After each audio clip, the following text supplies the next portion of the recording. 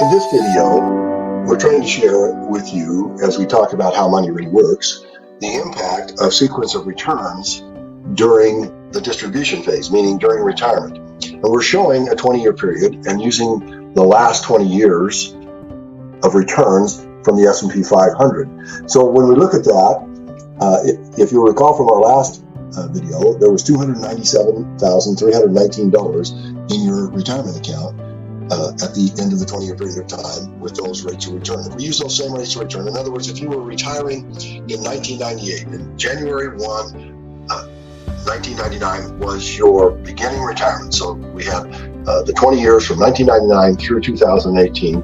And if we had nearly $300,000 in the account, we would assume that we could take out about 6% or $18,000. So that's what you see happening here, is we were removing $18,000 a year to retire on.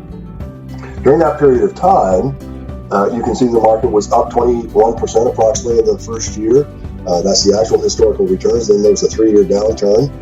Then we had a bunch of up years, then a downturn, then a whole bunch of up years, and then a small negative. And what you see here is over the period of time, over that 20-year period of time, that the account increased to $337,000. But as we continued through time and as we had these negatives, over time we ended up getting very, very low on funds. In fact, 20 years later, we're just about out of money. We've used all the principal and all the interest, all the returns from the market to fund our retirement.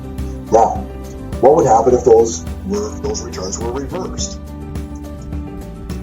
If we reverse them and we start out with a low negative in the first year and a whole bunch of positives, then a negative, you'll see that we have a very different outcome. And that outcome, instead of having about $37,000 in our account 20 years down the road, we have $324,000. So the sequence of returns is very, very important during the distribution phase. And if we take it a step further and go into a look at the random that we used in our previous examples, we'll see that by randomizing the returns, meaning what the stock market would actually do, it's very random. It's not predictable. We can't count on it. We might end up with $197,801 in our account at the end of 20 years. So we have a very, very big range of well over $300,000, clear down to $37,000. And one of the things that we haven't taken into consideration is the cost of the fees. Most retirement accounts are in mutual funds, and those mutual fund managers charge fees. And if we had something such as a 1% fee, you would see that now instead of 197, we've only got 119. If we look at the reversed returns, instead of having 324, we'd only have 229. That's a big difference. Dropping from 324, $815 down to 229,919. That is a significant difference and something we need to understand how fees impact, and we're going to talk about that in our next video. But we'll finish off by showing what happens if what exactly happened from 1999 to 2018, and there were people that retired in 1999, and this is more than likely how it worked for them. With a fee, they actually ran out of money about halfway through the 18th year.